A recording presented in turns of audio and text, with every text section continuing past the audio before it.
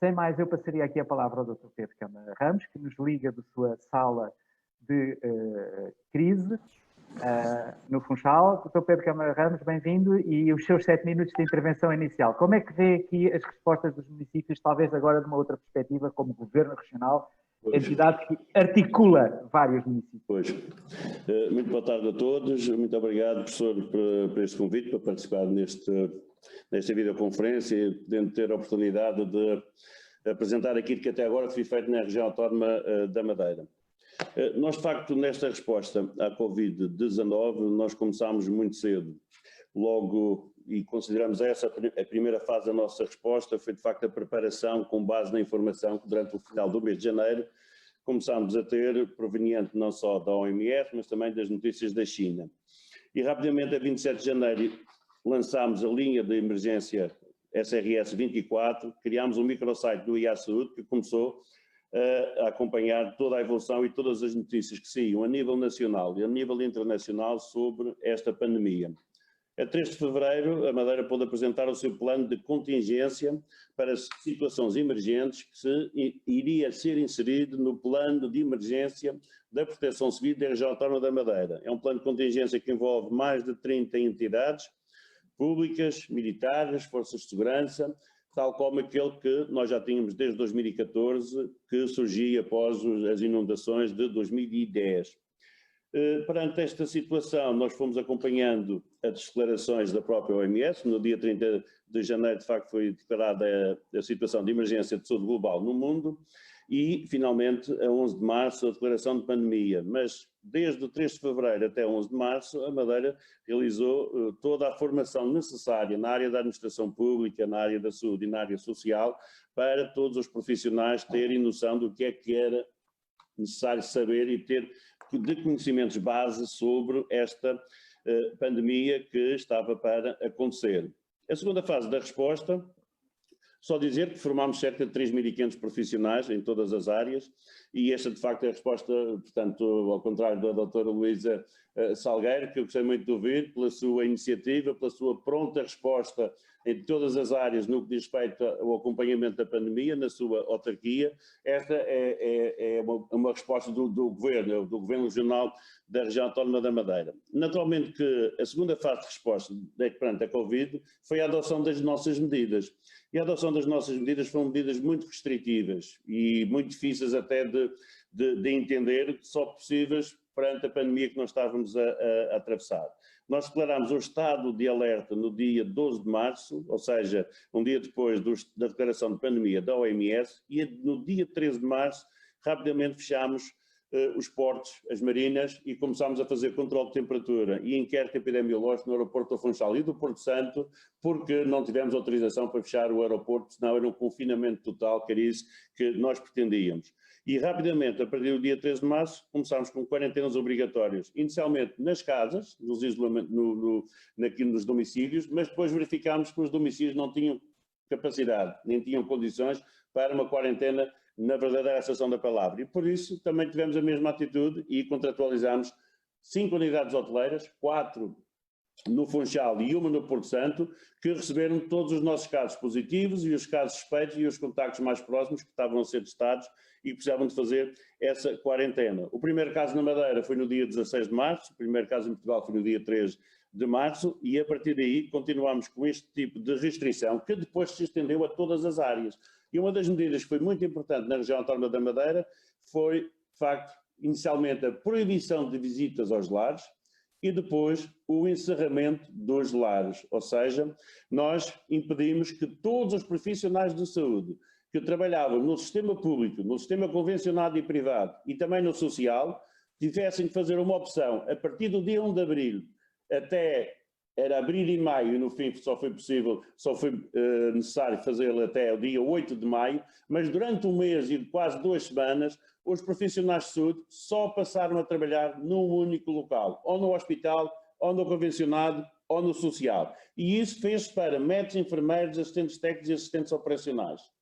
Mandámos muita gente para casa porque o hospital de facto passou só a assistir todos aqueles que tinham doenças súbitas, urgentes e emergentes, ou as situações suspeitas para os casos de Covid, criando os habituais circuitos Covid e não Covid, e dentro do Covid o de patologia respiratória ou outro tipo de patologia respiratória. E isto foi muito importante porque evitou contaminação de áreas extremamente importantes, como seja os hospitais, os centros de saúde com urgência, que nós temos essa faculdade aqui na região autónoma da Madeira, temos 47 centros de saúde, mas temos 8 com urgências, portanto, básicas, espalhadas pela ilha e também na ilha do Porto Santo, e isto foi outra das medidas fundamentais para evitar a propagação e manter a contenção do vírus. Tivemos depois uma terceira e uma quarta fase em que tivemos necessidade de dar respostas específicas ao aparecimento de clusters bem identificados, uma no concelho do Ponta de Sol, com cerca de 10 casos, e outra no concelho de Câmara de Lobos, que obrigou mesmo à instalação de uma cerca sanitária, e aproveitámos também a experiência e fomos beber conhecimento. A cerca sanitária de Ovar tinha sido, de facto, iniciada algum tempo antes, e depois, numa quinta fase, foi a fase da reabertura. O plano de resposta das atividades foram feitas sempre gradualmente e sempre correspondendo a ciclos de incubação em que nós tomávamos medidas e depois verificávamos o impacto dessas medidas, e neste momento estamos numa sexta fase, que é a fase, de facto, da retoma do turismo, onde vamos também começar uma estratégia semelhante à Islândia, à Grécia, às Ilhas Faroé, onde, de facto, na impossibilidade de termos testes na origem, vamos testar todos aqueles que chegam à Madeira ou ao Porto Santo, no aeroporto, portanto, Cristiano Ronaldo, e no aeroporto do Porto Santo. Todo o cidadão que, eventualmente, seja ele residente ou não residente e que venha para férias à região, será testado na região, com um procedimento que será feito no aeroporto, que demorará até 1 hora para cada avião. Nós temos a possibilidade de fazer 25 testes simultâneos. Os testes não serão testes serológicos, não interessam fazer testes serológicos nesta perspectiva, e isso já foi fundamentado pela própria Associação Internacional da Aviação, pela IATA. Os testes são PCR e nós temos capacidade para os fazer até o mês de setembro, para este tipo de resposta, e estamos agora à procura, e provavelmente a partir do final de julho teremos também os PCR rápidos, porque é este de facto que interessa para saber de facto qual é a situação em termos de virémia do cidadão que chega à Madeira. A Madeira é uma terra que não teve muitos casos, teve apenas 92 casos positivos até agora, não tivemos nenhuma mortalidade, não tivemos nenhum óbito, tivemos apenas um doente nos cuidados intensivos, mas sem grandes complicações do ponto de vista do próprio Covid, mas sim por causa das comorbilidades. Era um doente com idade avançada, quase com 80 anos, e esse felizmente também conseguiu ultrapassar esta pandemia, apesar de ter sido um dos casos positivos. E naturalmente nós achamos que a nossa capacidade neste momento, não só de testar, não só de monitorizar, mas também pela baixa incidência e por um RT inferior a 1, que de facto estamos em condições para cumprir as recomendações do ECDC, da OMS e no que diz respeito às viagens, e portanto posso-vos já anunciar que também a partir do dia 15 de julho os primeiros barcos chegarão à Madeira, e teremos também uma estratégia de resposta de entrada na região, embora seja muito mais fácil do que em relação aos aeroportos, porque no caso até dos navios cruzeiros, muitos deles estão apenas aqui há algumas horas e isso não tem qualquer tipo de problema, basta fazer o controle de temperatura, um inquérito epidemiológico e sugerir que sigam as recomendações, que são aquelas recomendações básicas. Naturalmente que este confinamento, que demorou quase 2 meses, na verdadeira acessão da palavra, trouxe grandes problemas em todas as áreas, e houve necessidade, tal como a autarquia muito bem desenvolveu, as chamadas linhas de apoio. Estas linhas de apoio são da responsabilidade do Governo Regional, mas depois também em articulação com as próprias autarquias, e foram criadas linhas de apoio para todas as áreas, na área da economia, na área da restauração, na área, de facto, daqueles trabalhadores precários, na área do social. Só lhe dizer que, no caso da linha de apoio para a segurança social, é uma linha de apoio do valor de 5 milhões de euros do Governo Regional, não do Governo da República, porque, como sabe, a segurança social, o orçamento é nacional, mas esta é uma linha de apoio que foi criada pelo Governo Regional e insere-se dentro da linha de apoio global, da primeira linha de apoio global, que é no valor de 100 milhões de euros, dos quais 25 milhões de euros são atribuídos à área da saúde. Devo dizer também que esta reorganização da região, não só no que diz respeito aos profissionais de saúde, obrigou uma reorganização do próprio Serviço Regional de Saúde. Nós tínhamos 8 serviços de urgências, dividimos a região em apenas 3 serviços de urgência de 24 horas, formando um triângulo que era Machico no lado leste, Ribeira Brava no lado oeste e o Porto Santo, porque era necessário uma resposta global de 24 horas, e depois criámos zonas de atendimento que algumas teriam que ser presenciais e outras não, mas era através da teleconsulta ou através de via telefónica, que de facto davam resposta e mantinham a acessibilidade. Criámos as linhas de apoio para o idoso,